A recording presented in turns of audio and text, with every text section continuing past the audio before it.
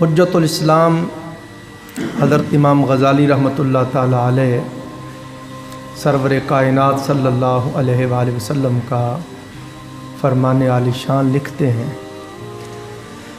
فرماتے ہیں آقا علیہ السلام نے فرمایا اللہ پاک قیامت کے دن بندے سے فرمائے گا میرے بندے مجھے پیاس لگی ہوئی تھی اور تو نے مجھے پانی نہیں پلایا،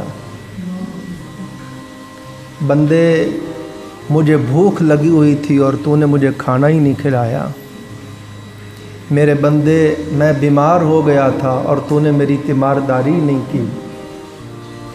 بندہ عرض کرے گا باری تعالیٰ تو کیسی باتیں کرتا ہے مولا، تو پیاس سے پاک ہے، بھوک سے پاک ہے، بیمار ہونے سے پاک ہے۔ اللہ پاک فرمائے گا میرے بندے فلاں دن فلاں تیرا دوست تیرے پاس آیا تھا، سخت گرمی تھی، اس کو شدید پیاس لگی ہوئی تھی، تو نے اس کو پانی نہیں پلایا، اس کو پانی پلا دیتا، اس کو پانی پلانا ایسے ہی تھا جیسے مجھے پانی پلا دیا۔ فلاں دن فلاں وقت فلاں تیرا عزیز آیا تھا، دوست آیا تھا، اس کو بھوک لگی تھی، تو نے اس کو کھانا ہی نہیں پوچھا، اس کو کھانا کھلا دیتا، اس کو کھانا کھلانا ایسے ہی تھا جیسے مجھے کھانا کھلا دیا۔ فلاں عزیز فلاں دوست بیمار تھا، اگر تو اس کی تیمارداری کرتا، اس کی بیمار پرسی کرنا ایسے ہی تھا جیسے میری بیمار پرسی کرتی۔ آپ غور کریں اللہ پاک انسان کے ساتھ کس قدر محبت کرتا ہے، انسان کے حق کو اللہ اپنا حق قرار دے رہا ہے، انسان کو اپنی ذات کے ساتھ کس طرح جوڑا ہوا ہے۔ حضرت امام غزالی رحمۃ اللہ علیہ فرماتے ہیں ان اللہ خلق آدم علی صورت، بے شک اللہ نے آدم علیہ السلام کو اپنی صورت پہ پیدا کیا ہے۔ الانسان سری و انا سر، اللہ پاک فرماتا ہے انسان میرا بھید ہے اور میں انسان کا بھید ہوں۔ پھر اللہ نے فرشتوں سے انسان کو سجدہ کروایا ہے، انسان کو اپنی خلافت اور نیابت عطا کی ہے، تو یہ بڑی قابل غور بات ہے۔ فرمایا کہ کوئی میری رضا چاہتا ہے، میری خوشنودی چاہتا ہے، میرے بندوں سے پیار کرے۔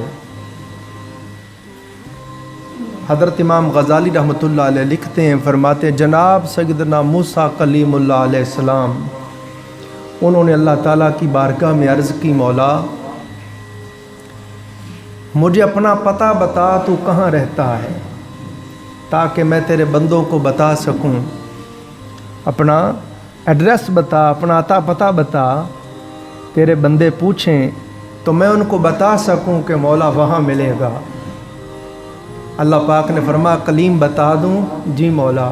فرمایا میرے پیارے کلیم جو فاقوں سے، پریشانیوں سے، دکھوں سے، رنجوں سے، غموں سے ٹوٹے ہوئے دل ہیں، میں ان دلوں میں رہتا ہوں، میں ان دلوں میں رہتا ہوں۔ بس وہ ٹوٹے ہوئے دل والے کو خوش کر دے، جس نے اس کو خوش کر دیا بس وہ مجھ تک پہنچ گیا، اس نے مجھے خوش کر دیا۔ کتنی بڑی بات سمجھائی ہے۔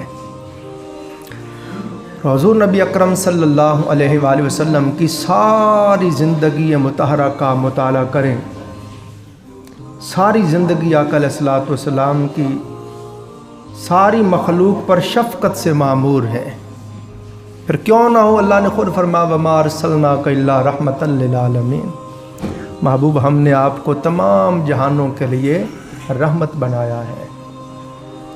الحمدللہ رب العالمین، سب تعریف اللہ کے لیے ہے جو سارے جہانوں کا پالنے والا ہے۔ یہ نہیں کہا رب المؤمنین یا رب المسلمین، نہ، رب العالمین، سارے عالموں کا پالنے والا۔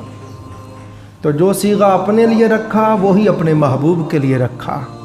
فرما میں سارے جہانوں کا پالنے والا ہوں، وما ارسلناک الا رحمۃ للعالمین، اور میرا محبوب سارے عالموں کے لیے رحمت ہے۔